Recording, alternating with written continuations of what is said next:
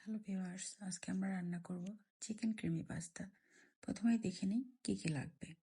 তারপর একটা ফ্রাই প্যানে তেল গরম করতে দিলাম। তেলটা গরম হয়ে গেলে ওটাতে আমরা চিকেনটা দিয়ে ভেজে নেব। চিকেনটা আগে থেকে আমরা ম্যারিনেট করে রেখেছিলাম সামান্য লবণ, গোলমরিচ আর একটু সয়া সস দিয়ে। এখন চিকেনটার সাথে আমি সামান্য ক্যারট দিয়ে এটাকে ভেজে নিচ্ছি। ওইদিকে আমি পানি বয়েল করতে দিয়েছি পাস্তা সিদ্ধ করার জন্য। পানিটা বয়েল হয়ে গেলে পাস্তাটা সিদ্ধ করতে দিব। পাস্তাটা 10 থেকে 15 মিনিট আমরা সিদ্ধ করে নেব। এখানে বাটার দিয়ে দিলাম ফ্রাই প্যানের মধ্যে। দেওয়ার পরে এখানে আদা রসুন কুচি দিয়ে দিচ্ছি, দিয়ে এটাকে কিছুক্ষণ ভেজে নেব। ভেজে নেওয়ার পরে এখানে আমরা ক্রিম ব্যবহার করেছি, ক্রিমটা দিয়ে দিলাম।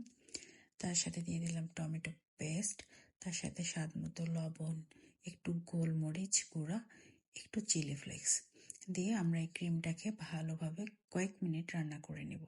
তারপরে চিকেন আর ক্যারেটটা এটাতে দিয়ে আরও কয়েক মিনিট রান্না করব। পাস্তাটা সিদ্ধ হয়ে গেলে আমরা এখানে পাস্তাটাকে মিক্স করব। তার সাথে আমি দিয়েছি কিছুটা গ্রিন পি দিয়ে পাস্তাটাকে অনেক ভালোভাবে মিক্সড করে রান্না করে নেব কয়েক মিনিট।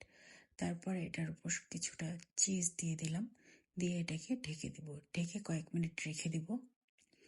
কয়েক মিনিট পর আমরা এটা দেখব রেডি হয়ে গেছে। এই দেখেন আমার পাস্তা রেডি, রান্না হয়ে গেল। খুব ইজি একটা রান্না, এটা আপনারাও বাসায় অবশ্যই ট্রাই করবেন।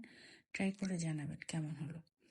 পাস্তাটাকে আমি একটা ডিশে সার্ভ করে নিয়েছি, নিয়ে এর ওপর আবার একটুখানি চিজ ছিটাই দিলাম।